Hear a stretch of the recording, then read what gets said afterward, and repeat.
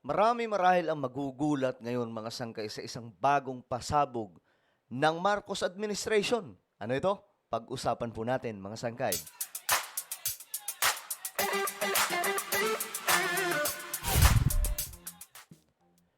Hello guys, what's up? This is me, Sangkay Zanzan. I'm back for another vlog today. At ito, pag-usapan po natin mga sangkay itong pambihirang pasabog ni BBM. Aba, alam nyo guys, nagugulat na po talaga ako itong mga nangyayari ngayon sa ating bansa na sobrang nagpapagaan sa buhay ng mga Pilipino o pamumuhay ng mga kababayan po natin. May bago na naman pong good news. Bago tayo magtuloy-tuloy, paki-subscribe po muna yung ating YouTube channel. Ayan po, kung gusto nyo laging updated sa mga pinag-uusapan natin dito. Nako, ano pang hinihintay nyo? Makikita nyo po yung subscribe button sa baba ng video na to. I-click nyo lamang po yung subscribe, i-click ang bell, at i-click nyo po yung all. Sa mga nanonood po sa Facebook, i-follow nyo po yung ating Facebook page. Okay guys, ito na nga po. Ito yung pasabog na bago ngayon. Hanggang 20,000 pesos na halaga ng gamot. Kada miyembro, ayon po sa report, mga sangkay, kada taon, sasagutin ng PhilHealth gamot program. So ito na naman ha, kung mayroon po tayong tinatawag na zero balance billing na program, ito naman, mga sangkay, mayroon na naman. Ito po ay sabi sa report, hanggang 20,000 pesos na halaga ng gamot kada miyembro ng PhilHealth. Yearly. Yun po yung pinaka-maximum. Halimbawa, bibili ka. Pag miyembro ka ng PhilHealth, sasagutin na. Wala ka nang babayaran. Dahil po dito sa PhilHealth gamot program. Sisimulan po ito simula August 21. Ayan po ha. August 21, 2025, maaari nang makakuha ng hanggang 20,000 na halaga ng outpatient medicines bawat taon ang bawat miyembro ng PhilHealth sa ilalim ng guaranteed and accessible medications for outpatient treatment gamot program. Ayon kay PhilHealth Acting VP Ray Balenya, maa-access ang benepisyo sa pamamagitan ng eGov.ph app o sa mga lokal na tanggapan ng PhilHealth. O kung wala kayong eGov.ph app, i-download nyo na po ito. Naku, ngayon lamang po yan nangyari sa panahon po ni PBBM.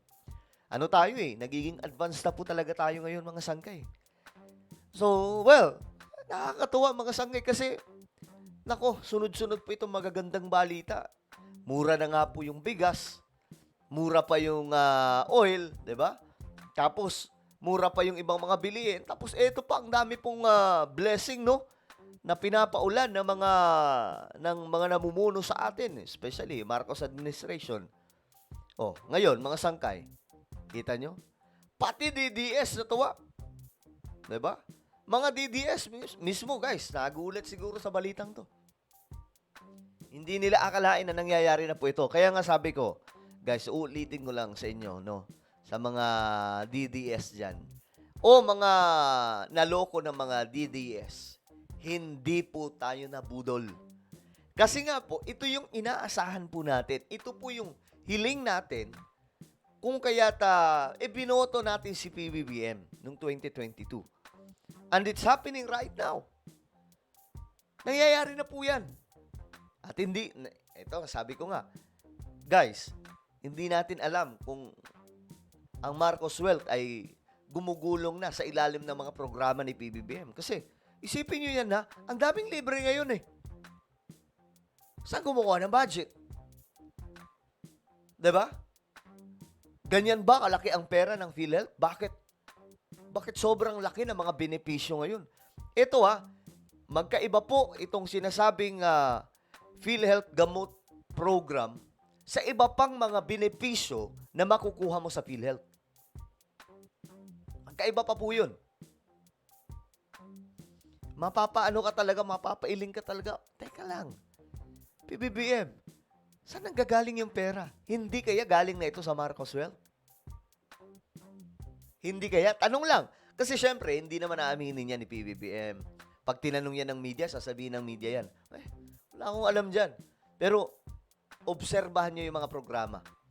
Kita nyo yung mga PWD, yung mga senior citizens, mga estudyante, 50% ang discount sa mga pagsakay nila sa train, MRT at LRT. Saan ka nakakita nun na gano'n ang nangyayari? Dito lang yan. Hindi po yan nangyari sa ibang administration.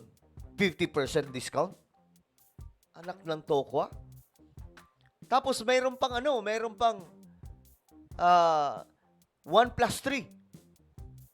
na programa sila mga sangkay. Promo. Panahon lang po din yan ni PBBM. Halimbawa, every Sunday lamang po yun kasi family day. Family day pag sa linggo no? Pag sumakay kayong 4, libre na yung 3, isa lang yung magbabayad sa mga train. Paano nangyayari yan? Yung 20 pesos na bigas, na tuloy-tuloy. Saan kumukuha ng pera? Gobyerno. Yung AKAP, walang budget. Pero tuloy-tuloy. Saan kumukuha ng pera ang gobyerno? Hindi ba nakapagtataka, mga sangkay? Naku, obserbahan ninyo. Obserbahan po ninyo yung mga nangyayari. Lahat halos ngayon ay first time na nagaganap. Ibang klase po talaga itong Marcos administration. Magugulat ka talaga. Malulula ka sa mga nangyayari. Ang bihira. Nakakatawa pa nga po dito mga sangkay. Kasi kay Bongo daw ginagaya yung kaya kay Bongo daw nanggaling yung mga programa na ito. Si Senator Bongo ba ay mas mataas pa sa gobyerno natin na kaila PBBM? Tandaan po ninyo, yung programa ni Senator Bongo, maganda naman. Pero yung malasakit program, nakaangkla lamang po yan kaila PBBM. Okay? Pero ito ngayon, mga sangkay, nakakatulong ang malasakit, pero malula ka. Ito, paano nangyari yan? PhilHealth? May 20,000 pesos na halaga ng gamot kada miyembro ng PhilHealth every year na pwedeng mabili. Isipin yan, mga sangkay pambihira. Ito pa yung good news. Ito binisita ni PBBM yung hospital doon po sa EVMC sa Tacloban. Ito po ay Eastern Visayas Medical Center.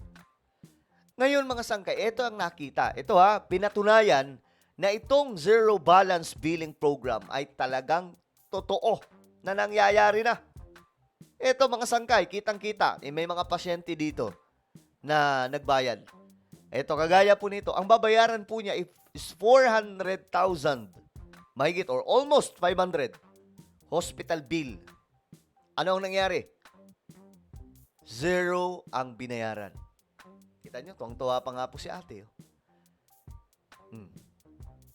Zero balance billing is real. Ipinakita ni PBBM sa kanyang pagbisita sa VMC ang billing ng isang pasyente at wala talagang babayaran ng pasyente.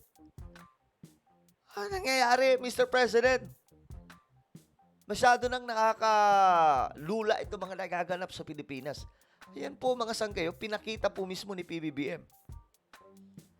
Ang zero balance billing policy ay nangyayari po sa iba't ibang mga hospitals na sakop po ng DOH, kagaya po ng mga public hospitals. Yan. Kita nyo yan mga sangkay? Nakakatuwa. Ayan po, zero balance billing program. Tuloy-tuloy. Ayan libre at walang babayaran sa charity ward. Walang kailangang dagdag na dokumento at hindi kailangan ng interview. Lahat covered, pati gamot at professional fee. You see? Yun yung nakakatuwa mga sangkay kay PBBM. Bida dito si ate. This is the first time, guys. This is the first time na nangyayari sa Pilipinas. So, yung mga bumoto kay PBBM, shoutout sa inyong lahat. Nangyayari po ang dahilan kung bakit binoto natin si PBBM. Sino mag-aakala na ganito na kagaan ang buhay ng mga Pilipino? 'Di ba? Ito nga gusto ko lang i-call out, no? Yung mga tsuper na gustong itaas daw yung pamasahe.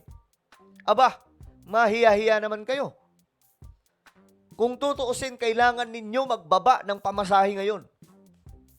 Bakit? Ang mura po ng oil. Sobrang mura ng oil. Gustong taasan ng isang piso yung pamasahe. Kung ang dapat kasi itong nangyayari, 'di ba? Kapag tumataas yung oil, nagtataas sila ng pamasahe. Pero wala kayong nakita na nung bumaba yung oil, nagbaba ang presyo ng pamasahe. 'Di ba? Puro lang sila ganun ng ganun. Hindi na binabawi. So ngayon, sana po ibaba na po yung presyo ng pamasahe. Kasi nga po, mura na ang oil. Matagal na pong mura ang oil eh. Well, ano po ang inyong opinion? Pambira, nakakalula itong mga good news ngayon. Comment down below. Ayan po. Kinikilig dito yung mga bumoto kay PBBM. Sigurado. Ano po ang inyong opinion? Just comment down below. Meron po tayong YouTube channel, Sangke Revelation. Hanapin nyo po ito sa YouTube ngayon din. Kapag nakita nyo na, i-click nyo po yung subscribe, i-click ang bell, at i-click nyo po yung all. Ako na po ay magpapaalam. Mag-iingat pong lahat. God bless everyone.